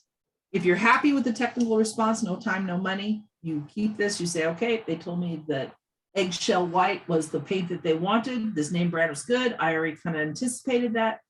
You just keep this, you post this to the drawings, and away you go. Again, down here is their little waiver that says, because again, they've been sued an awful lot. It's intended to be a mechanism for responding to questions. It does not authorize you to proceed with the work. If so, you do so at your own risk. And oh, by the way, you've got 20 days to notify the contract officer it's a change. Again, these are procedures that they put in place because they've been sued. They will stick to these procedures, so just be aware of them. So if you do RFIs, same thing with PPIs. I'm going to run through this kind of quickly. You'll have it. Here's, I think it's 6 questions I think you should ask before you ever submit an RFI. RFIs are the first step. An RFI is a request for information. It's usually a technical clarification. It's after award, and it's either saying you missed something, there's a conflict, or I don't know what to do. Just be advised that that is the first step of any kind of change order or equitable adjustment. So, do you work for a smart company? And when I say ask that, because when you look at your question, what did we bid? What does the contract say? What would we normally do as a professional? I'm not going to ask something that I already know the answer to unless it's not contractual. Could it be reasonably expected? A lot of times they buy professional services, and the rules are always about what would a prudent business selling those types of certain products or services, what would they do? What would be expected from them? I had a great example. I wish I had saved it. A contractor wrote an RFI that said, you're missing your whole paint section. I see I got to paint this room, but you didn't tell me what kind of paint, what color. You didn't tell me anything. What do you want me to do? And we wrote back and said, well, we want you to use, this name brand or this type of product. We want this color, and we want a 3-coat system. And the contractor wrote back, well, that's a change. And as a contract officer, I wrote back and said, well, how can that be a change if you didn't know what you were supposed to provide? So again, we started off that question of, when you ask something, explain it. What would reasonably be expected? So maybe if you ask the questions, I see you're missing your spec section, but as normally paint in this type of environment would include this type of product and a primer coat. That's what we're going to do. Is that okay with you? So again, what did you bid? What does the contract say? What would reasonably be expected? If you just ask them, what do you want me to do? Then be prepared for that answer. They're going to tell you what they want you to do. And it's not always going to be in your best interest. Okay. So ask yourselves that and look at them. I used to say that 50% of the RFIs should never have been submitted. You can figure it out for yourself. You know what you're supposed to do. You know what you bid on. And, this just bogs down the system. Question number 2. Can you reference a drawing or spec section? Again, I'm asking, what are you changing? What does the contract say?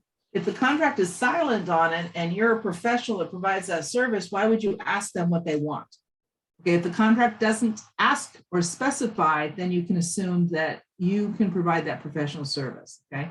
So there should only be a case where there's a conflict or it can't be done, or what is the problem? Again, 99% of the RFIs, when you're asking a clarification, need to be posted to something that says this is the conflict. This is what you told me to do, but it's a conflict. I can't put that outlet in that wall. I have to move it over 4 feet because there's concrete behind it. Is that okay? Okay, but again, you have to be able to reference something. If you can't reference something, again, ask yourself, why are you submitting it? What is the purpose of the RFI? This is very similar to the letters.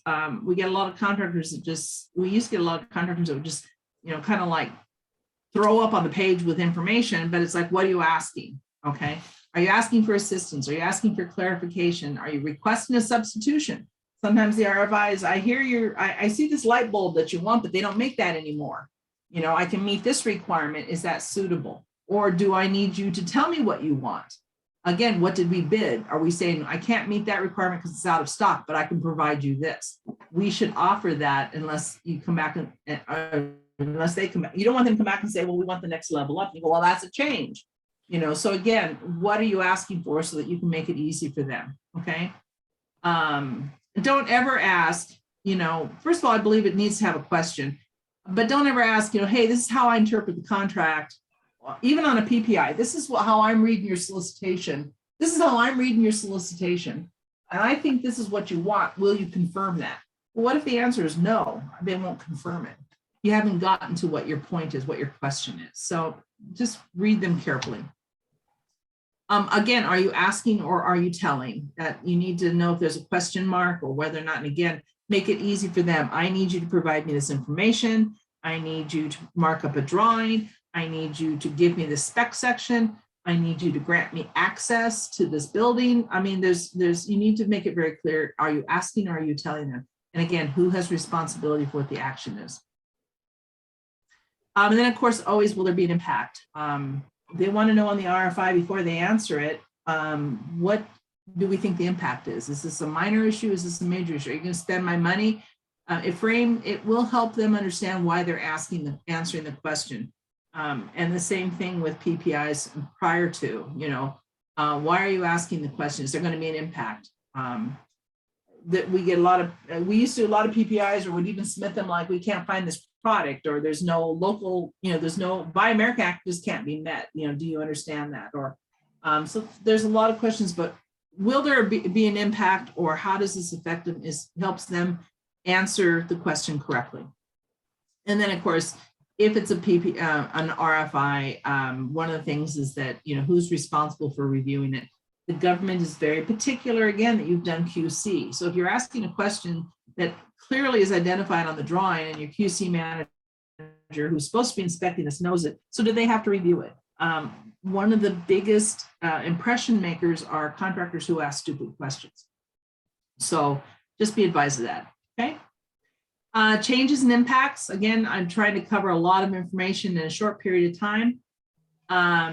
Changes or impacts, request for equitable adjustment. Again, I pointed out, if you pulled your clauses and you searched for equitable adjustment, you would know what your rights and what your responsibilities are. The burden of proof is on you. That's what the clauses and the court cases have been written around. You have the essential burden of establishing the fundamental facts of liability, causation, and resulting injury. You don't just have a right to contract officers that have a different site condition, or I have a change, somebody wants something different. You have the burden of responsibility to do that. That's why we have a swim lane set up. You have meeting minutes, you have comments from the submittal back from the government. That's the evidence that you need. This is what we propose, this is what we bid. The technical people want something differently. Okay, so you have the burden of showing that. And the only way you can show that is through documentation. So that's why I touched on that to start with. When you look at another thing that I would highly recommend you do, this happens to be one for construction. When you've put together your clauses and you're looking for equitable adjustment, there are only certain clauses that allow you to recover. And within those clauses, it will tell you what you have to do, when you have to do it, and it'll also tell you whether or not you're going to get recovery. And that's important for you to know. For example, default, this is one we're all dealing with right now. Default is this clause that says, if you cannot proceed from reasons beyond your control, and we'll get down to that, we're going to grant you an extension of time, but you get no money. And this right now is what COVID, because pandemics are covered here. If a pandemic event affects you and you are slowed down, can't provide, are going to be late, don't have the workers, whatever, we'll grant you time, but we're not going to give you any money. So this is something you need to be aware of. You need to be advised that I might be on this project 6 months longer because of the pandemic, but I cannot recover any of my direct costs. They're going to give me time and not charge me LDs. I will be granted a later delivery date, but I'm not going to be able to recover any of my overheads. So again, this chart, knowing if you do the search, set it up, know what your rights and remedies are, make yourself a chart and know, and we at the PTAC will be able to help you figure out, what does it say? Can you get an adjustment? Can you get time? Can you get just money? Suspension of work clause says we can shut you down and we'll give you your direct costs and your overheads, but we're not going to give you any profit. And we're also not going to extend the contract time. So sometimes we've got to combine two clauses to get to one. But again, here's the difference where we think, oh, a clause gives us the rights and remedies. Well, one, the government's going to say, well, wait a minute, I have rules about that. And two, I have certain conditions that I will grant you recovery. So now what I've done is again, I've given you a quick cheat sheet here of the actual clauses, and this is what they've asked for. Again, it's written somewhere. I can guarantee you, if you want to notify them they got to change, they want to know the date, circumstances, and the source of that order. They want to know who did what and when. They want you to name names. And if you don't name names and tell them that, they're going to say you didn't prove it, okay? And the contracting, and that you do regard it as a change. That seems like such a minor thing, but even in the letter, you have to say, so-and-so told me to do this at a meeting. And I consider that a change. You have to put it in writing. The government is very clear about what's required of you. They're also going to tell you that the contracting officer will make an equitable adjustment. This is tasking the contracting officer with the responsibility. Here's the 30 days of written notice. It has to be written. So again, there are procedures for each of these. Here's just a couple ideas or list of things that could be considered constructive changes. Changes is the most common rights recovery for either party. Misinterpretation, defective specs, superior knowledge, failure to disclose. I didn't tell you that site was contaminated. That's a constructive change. So these are things that you might be able to lean on. Here's just a quick cheat sheet. This is what they want to see in that notice. Here's what might have started that. Again, here's emails. I got something in an email telling them that I couldn't have that outage, or I wasn't going to be able to make delivery, or the base was being shut down. And here the government saying that is a change. So here are some of the things that could make that change or could result in a change, and here's what's required. And I've done that for each of the clauses. And again, this was geared for construction, but I definitely would do one of these for each of the services that you're doing. Look for those terms that say equitable adjustment, pull those out, figure out what you have to do, highlight what you're required to do. In the case of differing site conditions, promptly and before conditions are disturbed. So if you're digging out there, you hit something, you have to stop and you have to give written notice to the contracting officer, okay? And you cannot proceed until an equitable adjustment is made under this clause. Now that's hardly ever done. They usually just say, Roger that, get to work, we'll price it out and do it later, because the big digger is sitting right there at the moment waiting and the whole project is suspended. But again, these are the rules that both parties have to comply with. Again, you won't get it if you don't give them in the proper time frame. If you don't give notice, you're not going to get it. If you don't follow those procedures, you're not going to get recovery. Okay. Again, another check sheet. Here's a cheat sheet for anybody in construction. Says this is what's required. I got to list these things on my letter. Here's the things that would cause that. Here's default. This is the one that I was talking about. It applies pretty much across the board, service, construction, anything. And it says that it's interesting that to me, it's always been interesting to me that the clause is on default, and it starts out by saying we're going to default you if you don't proceed with the contract. But here in B, paragraph B, if your rights proceed, your right to proceed will not be terminated, meaning your contract cannot be terminated, and you cannot be charged damages if the work is delayed for any of these reasons, basically beyond your control. Okay, so acts of God, acts of the government in either its sovereign or contractual capacity. Sometimes they like to default to that one, saying I have another contract, or I forgot to answer you, or you couldn't proceed because I didn't give you the submittal back. But here you'll see we have epidemics. Okay, here's strikes, freight embargoes, severe weather conditions. These are all beyond your control, but epidemics, pandemics, same thing. If you cannot proceed because of this, you'll be granted, you'll be granted a time delay. But again, you will not be able to receive money under this one. So again, you want to try to get this to be changed to something else or attach another one. But again, here's the requirement. Contracting officer from 10 days at the beginning of the delay. I wouldn't wait that long. You need to notify them of what the delay was and why the delay is.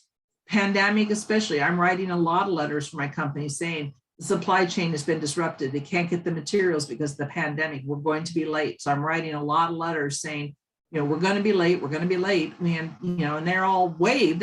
They say, yeah, we know it. This is a condition. Problem is for my company, we're not going to make money on that. Delays are not profitable. So again, here's the default. It could be that they say, well, late response on a submittal. And this is one of those things where you have to have a fine art of understanding. If they say, well, you didn't get the submittal back to me, that is part of the contractual, in our contractual capacity, we failed to give you that submittal on time. I would argue that no, that's a change to the terms and conditions of the contract. You told me you'd give me 20 days.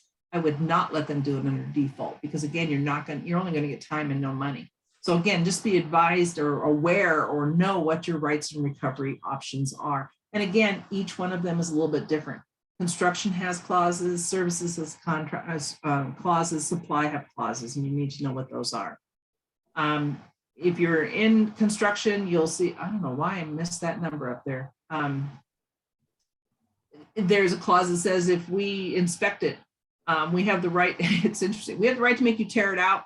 If you're right, we pay for it. If you're wrong, contractor, you just have, we caught you, you have to do it all over. So again, these clauses are there. Use and possession, if they take it early, they say, well, okay, but if we damage it, we'll pay for it. So again, rights and recovery.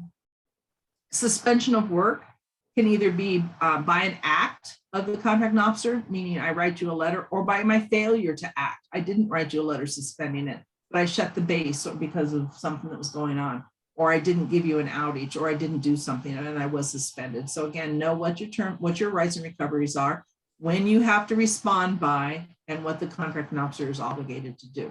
So again, a cheat sheet for that. But I would be developing one for each of your services, types and services. Time extensions, again, same thing.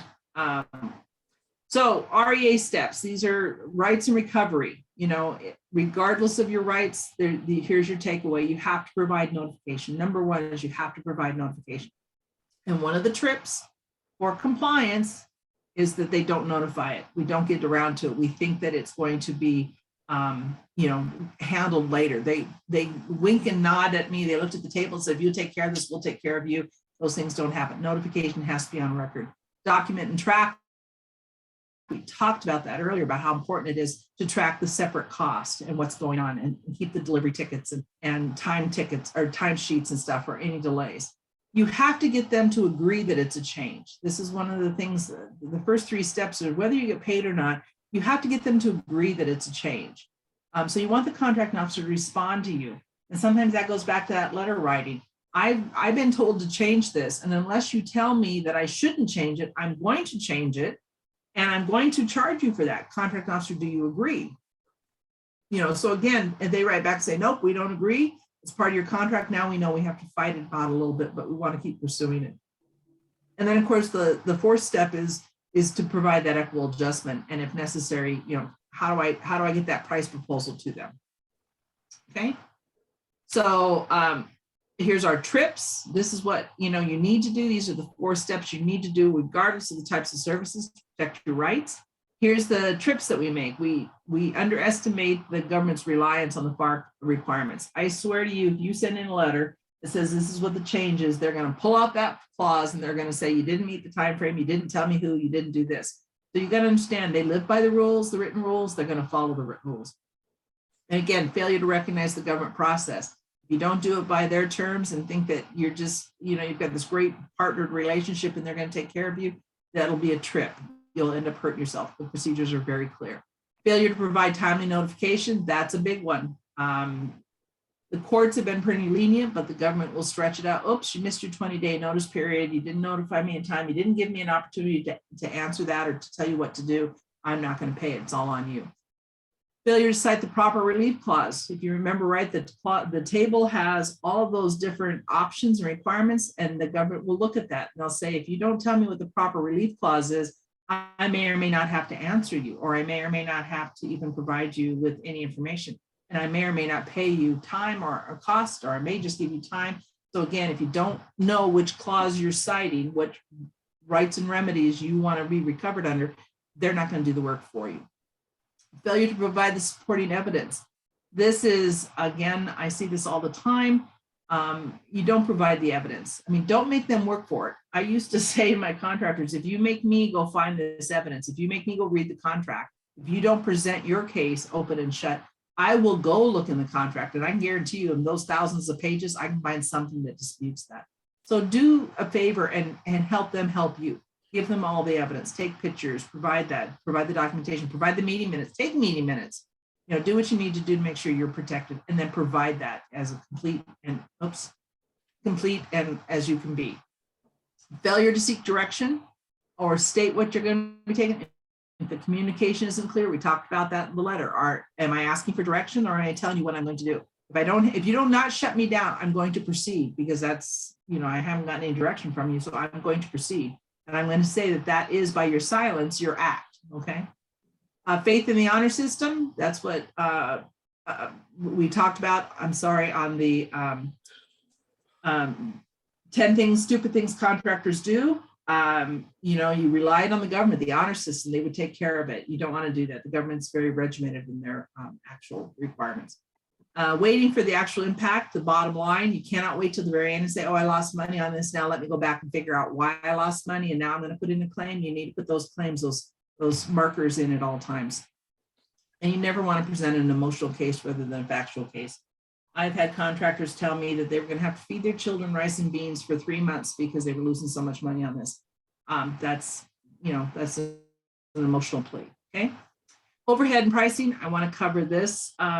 We have a whole detailed class on this. And again, I can't see you guys if you're raising hands or shaking your heads right now. Can't figure out that why, but I don't want to stop everything. So raise your question. Yeah, ask a question right out loud if you have any. One of the things I'm seeing more and more, and I've included a little bit of it here, but we have a whole class on overheads and which basically leads to pricing. We're not going to be able to help you price it. We don't know what your costs are. We don't know how to set up your costs, but we can tell you how to make sure that you recover your costs or where you're putting them in the right things. And I see that more in small businesses. I've actually run across a number of small businesses that were looking for help that didn't know what their overheads were. They don't know what it was costing them to run their business. And that was very disarming for me, because if you don't know really how to recover your costs, how are you making sure you're profitable until you get to the end of the year? So overheads, it's an accounting term. I can swear to you that the government is very particular about having an accounting system. They don't necessarily care what it is. They care that it is set up and that you're not double billing. So overheads, it's a business expense. This is referred to in construction as home office overhead. It's referred to in a lot of other businesses as G&A. This is what it takes to do run the business. Okay, overheads are paid on regardless of whether the company is doing high or low volume of business. And it's important not just for budgeting purposes, for determining how much a company must charge to be profitable. Okay. But I want to talk about setting those up real quickly, because if you don't know how much and where you're charging your costs, the government, if they ever do an audit and say, oh, wait a minute, that's an indirect cost, you can't charge me for that. And the difference, the distinction is an indirect cost is an expense that is not directly accountable to any specific cost object. And in this case, a cost object would be a particular project or a contract. So if it is an indirect cost, meaning I pay the president of the company, regardless of whether or not I have any projects, it is an indirect cost. I don't charge his hours to the particular project. He's charged to basically our G&A, our home office, our marketing people, our accounting people, a lot of those services. The building that I have for my company, regardless of whether or not I have any contracts, is charged to the company. It's not charged to the government. The government doesn't pay, or a contract or a client doesn't pay for your direct cost of that rental. Okay. So again, here it's also known as G&A. It's an ongoing expense for operating a business. If you had the expense with no contracts, if you had no contracts or no projects, you had no cost, you had no trucks or computers out in the field, it would be an overhead expense. Okay. And this is very important for you to understand and set your cost accounting system up with that, because the government will not allow you to double bill. They will not allow you to charge some of the president's time directly to your project. And this is why this is so important, to know where you can charge him and where you can't charge him. Because any kind of, the government has auditing agencies that will come in and look for that. This will also make a difference on how you price your proposals. And again, you want to help yourself, help them. So know the difference. Indirect costs, cost of doing business. Okay. Direct costs are, of course, just the opposite. They can be directly attributed to an object, a project, a contract. Those would, they're for the sole benefit of that specific project. Now, you may have a project manager that hops between projects or between jobs or whatever, but when he is on that job, his time is charged to that job. And if he wasn't on a job, he would either be assigned another code, which may be indirect or something. But again, it's a direct cost. If I didn't have the project, I didn't have that contract, the cost would not exist. That's a direct cost. Does that make sense? And the reason I go over that is because when you're pricing proposals, even when you're doing modifications, of course, when you price a proposal for the contract, there's a lot of factors that go into that. how competitive, how much of a profit you want to make, do you have to buy in? We understand that. But when you're doing modifications, the government's very particular because now they're dealing one-on-one with you. They want to see your cost accounting system set up, and then they're not paying, they're not being double charged. I'm not paying for an equipment, a vehicle that is really a home office vehicle, but it's being charged for my project. Nope, that's got to be an indirect cost. Okay. And we have a whole class on this. So I just want to touch on it. I want to make you aware of it, is really, because if you don't have this handled, if you don't take time to understand this again is going to keep you from being profitable. If you're not profitable, you're not going to be in business for very long. It is possible to justify the handling of almost any cost as either direct or indirect. The only thing I want to take away here is that, and we've got some samples, is that you have to have a system and you have to stick by that system. And it's considered your cost account. If you're a big contract like Boeing, you have to actually have an improved cost accounting system. If you don't have, you're not Boeing, you don't have these big $1 billion contracts or whatever, you still have to have a process, a cost accounting system that says it's in this pool or it's in this pool, and never the two shall meet. For an example, if you've ever been to a lawyer, sometimes they charge you for their copying. For your files, that means that when they go to make copies of your files, they actually plug in your account number and you get charged direct. The paper and the computer time does not get charged to home office. So again, you can put it in either or, but you need to know that, and you need to have your cost accounting system set up. Okay? Here's just a visual of it. If it's a cost of doing business, it goes into this pool. If it's a cost that goes to these projects, these are direct. Of course, there's profit, that's for each one. And then here's how you would just come up simply. It's just simply taking all these expenses and dividing it by your revenue, or however you come up with your home office or G&A rates. Generally, your home office is how you report it to the IRS, okay? And this is just a sample income statement. These are all the costs that it takes for me to run my business. And here's my revenue, or am I figuring out my off of gross margin. So again, this is home office G&A is usually what's reported to the IRS. The government likes to see a 3-year average. They like to know what you've got in these pools so that they're not double charged. And it will always be a percentage. And you want to make sure that the cost of doing business, you charge each and every dollar that you take in, you're prorating that out, okay? The government has, and there are several examples, and we can give you copies of these, but the government says, and this is what is in the FAR, is we hear all these costs of doing business, but because we are sponsored by the taxpayer dollars, you're not allowed to have some of these. Taxpayers will not pay for your bad debt. They will not pay for your, they will not pay for your dues or organizations. They will not pay for your political contributions.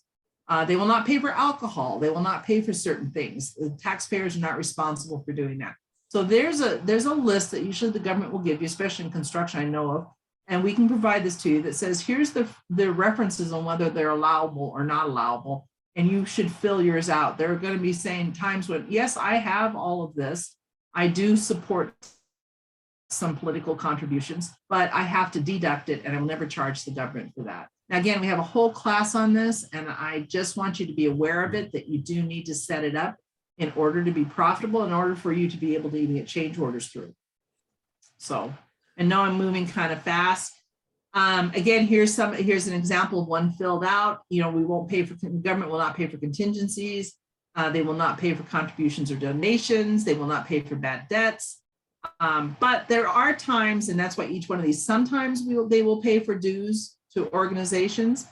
Sometimes they will provide for entertainment. They won't provide for alcohol, but they'll provide for a morale welfare type programs. So again, some of these are questionable. They have terms when they do apply, when they don't apply. And what the government asks you to do when you're submitting it is just to make sure you separate those out. That will also make a difference in how you set your cost accounting system up. How do you just have one credit card that your manager's using that they can charge all their alcohol when they take lunch? Or do we make them break it out? Do they actually have to get a receipt, and do we charge those to two separate accounts so that we can track those? So you need to understand this. And if you don't understand this and you don't set your cost accounting system up, the government will not win or be very successful. You'll get somebody turned on to you to audit you, and then you could be paying back some costs that you did not want to lose. So again, these are the kind of the standard ones. These are the clauses that are covered in Part 31. They'll tell you whether they're allowed or not allowed. And again, this then down here should kind of match what looks on your IRS or your annual tax statement. And this then is how you figure out what your home office percentage is. In construction, 15% is not necessarily unheard of. In A&E world, a 280% home office rate because of the equipment and the licenses and the stuff that's in their pool. So there could be a big swing between construction and A&E services. You know, supply services. Do you have to have a warehouse? Do you have to have you know, cost of doing business? How much square footage do you pay for? I'm sorry, construction is pretty much very small office. All the people are in the field. If I don't need them in the field, they're on the unemployment line. They're looking for work someplace else. That's just the way this works. But this is what the government will be looking for when they're pricing things. And you need to make sure to be successful and to continue to be profitable, you need to make sure that you're set up the way the government wants you to be set up. Otherwise, you'll be explaining a whole lot and possibly having things deducted from your contract or paid back. Again, this is just, you know, once you've got your pool, do you divide it by your revenue? Do you divide it by your material cost? Do you divide it by your labor? But how you divide it is how you apply it. So again, we have a whole class on that. I'm not going to go through the field. I didn't see that we have too many construction people, but I did want to point out that specific to construction, and that's why we have a whole class dedicated to this, specific to construction's contracts, you have what we call field office overhead. And if you break it down, it's a direct cost. But within that direct cost, when I get to that project, I have a project manager and I can't assign his time to installing windows or digging a ditch. So he really is, in a sense, a direct indirect cost. And so there's a special process to have a second percentage or markup on construction jobs. I don't see this very often in suppliers. Sometimes maybe in manufacturing, you might have a satellite office or a plant that is not charged to your home office, and that there might be some leeway there. And again, here's just some information, you know, vehicles. And again, we have a whole class on this. So if you're interested in getting into overheads, let us know. So I'm not going to get into that. But again, here's just a sample list of how you could either charge them as home office or as FOO, depending on how you assign them. And again, the only thing the government's going to look for is and sometimes they will have opinions, but they're going to look more for the fact is, does your cost accounting system make sure that there is no double dipping, that you don't have them in both pools? The government hates to pay for things twice, okay? So just some examples for you. This is just a quick reference. It says, I told you in all of the clauses, they are very specific about their procedures and they're written out someplace. Each of your contracts will have a proposal breakdown. They'll tell you how they want to see the proposal breakdown when you do it. This happens to be the one in DFARS. You see the 252. 36 means it's construction. If you just happen to be a whiz at FAR, like three of us are, you know this is construction. And they say very, very specifically, if you're going to issue me a proposal, it has to be broken down in this format. Again, there's rules and regulations. I guarantee you steps to cover everything. And here's where we're talking about the overheads. Okay, they want to see that broken down. So again, you know, if you're interested in more cost accounting type information, how it relates to the government, let Kathy know. We'll set up a specific class just for that. But that is one of the things that will trip you up. It is one of the things that will prevent you from being able to recover when you have changes and impacts. And it's set up very similarly to how we would do the home office one. You break down what's in the pool, what the costs are, but I'm not going to get into that. Okay. Things to consider when you're setting up your cost accounting system. You know, your method is a business decision, but don't let it be a lazy one. You know, figure out what type of service you're providing, what's beneficial for you. Do you lay your people off like construction and they go to the next job? Or do you have to maintain that pool like A&Es, where therefore you have a large home office cost? But be aware that most GEs, you know, the government doesn't do GEs very much. They really like to rely on what you have. If they do an estimate to compare it to, it's very generic in nature. And what they're going to do is they're going to tear yours apart. Okay. So sign up for the class. If you, again, here's the rules of the road. You have to have an established procedure that will withstand an audit. Any proposal you put over 750 must have a certification. Actually, it's been raised to $2 million now, which is good for a lot of small businesses. A lot of mods don't exceed 2 million, but you have to provide a certification. Remember, I told you those FAR clauses are out there, and they say that you have to certify it that it is factual and correct. And if we find that it's not, you might be subject to some penalties, truth in negotiations. You're going to be suspect, and it's not very pleasant. Who are indirect rates are always distributed on a percentage basis. Unallowable costs cannot be included. We've talked about that. Who is a direct, indirect cost, and there's a process for how you figure out what that is. If it's not a definable feature of work, if it's not a project, it's most likely FOO. If it's not a definable feature of work on that project, it's most likely FOO. If you're in construction, about 99% of all the Division I costs, which are your management requirements, your scheduling requirements, your submittal requirements, those are generally FOO costs. Again, that's construction. Every party is entitled to markups, and every party is going to be required to break that down. So even when you break it down, your subs have got to break it down. Documentation is critical. I can't stress that enough. And make sure that the whole team understands as you grow and you have project managers or other people preparing the proposals, they need to understand how your cost accounting is set up and that they don't double dip. That'll get you in trouble. And then most importantly, remember the rule is how you divide it's how you apply it. Okay. I don't know why I have that cost there, but I did want to point out there are some clauses that, again, if you print them out, how you get paid is detailed. The reason I include this is because a lot of times the government takes their sweet time about paying you or even approving your invoice.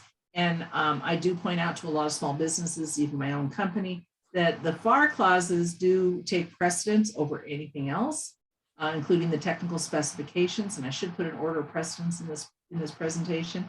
And you are entitled to progress payments. You are entitled to be paid in a timely manner. And here's just some information on how to make sure that you're looking for the right references and making sure you're getting paid on time. This is written again for construction. If you're past CCD, they can retain a percentage. They often like to take more than they are entitled to. So I've included some clauses about how much maximum retention they can take. The default clause says you can't penalize me if I'm behind for a legitimate reason, including pandemic. So there's some information there. The contract officer also has a requirement to protect the government. And that's why they're going to tell you if I retain from you or if I take LDs or I don't accept your work, I'm allowed a retention. So again, I want to draw attention to the fact that there are procedures for both parties on how the payments will work and what you're entitled to. And the government, I want you to be aware of this because sometimes the government likes to reject payments outright and that they can't do that. Sometimes they want to take a larger retention. They can't do that. There's set criteria. And again, these FAR clauses call that out. These FAR clauses also ask that you pay your subcontractors in a timely manner, and you have to certify that you've paid them within 7 days after you've gotten paid. So there are quite a few clauses, again, that are buried. So if I was going to stress any one thing, it would be what I started this whole presentation out with is print out those clauses, know what your terms and conditions are that are buried, and then understand how you can get tripped up along some of these ways. Gosh, I can't believe it's 10:01 and I'm right to question one. Okay, questions? Is anybody still with me? Mona, I would add that at the beginning of your presentation, you had a list from 27 years ago. Yep. Of 10 things that contractors have problems with. I would say that those would, for the majority of those, also apply to any company that's a subcontractor. Probably issues. Yes. And maybe even more so because sometimes as subcontractors, you're relying on the prime. The prime's relying on the government. You're relying on the prime. And you can start to see these layers of people that are relying on each other to know what all the rules and regulations are. And that is not going to work out for you. You need to protect your own. I have a class coming up towards the end of the month in a couple weeks that talks about how to be a subcontractor. And don't ever be a subcontractor unless you get a copy of the prime contract, unless you've downloaded those clauses, because just by the fact that the prime contractor is required to flow down those clauses, and they've incorporated the contract perhaps in full text, you are required to know what those are. So you're relying on the prime's relying on the government, everybody's relying on each other, and I can guarantee you nobody knows what's going on until it hits the fan. And then they're going to pull out the contract and they're going to start reading it. So I want to make sure for those that are listening today that you're protecting yourselves. Know what those are, but those hidden terms and conditions are out there for you. I know that was a lot to throw at you in 2 hours. I hope you at least got something out of it. Take away one thing. I always want people to take away at least one thing. And we do have other classes that go into each of those areas a little more in more depth. And if you're interested in any one of them, please let Kathy know. We do have a whole overhead section that's another 2 hours that really dives into that. And if you're a small business and you don't really have your cost accounting system set up, that might be a great class for you to sign up for. We have a class on rights and remedies that really dive into each of those and the notification letters and what you need to do to protect yourself. So each of those areas has a little more detail. If you're interested, please let Kathy know. Anybody else got a question, something that really sparked an interest or concern?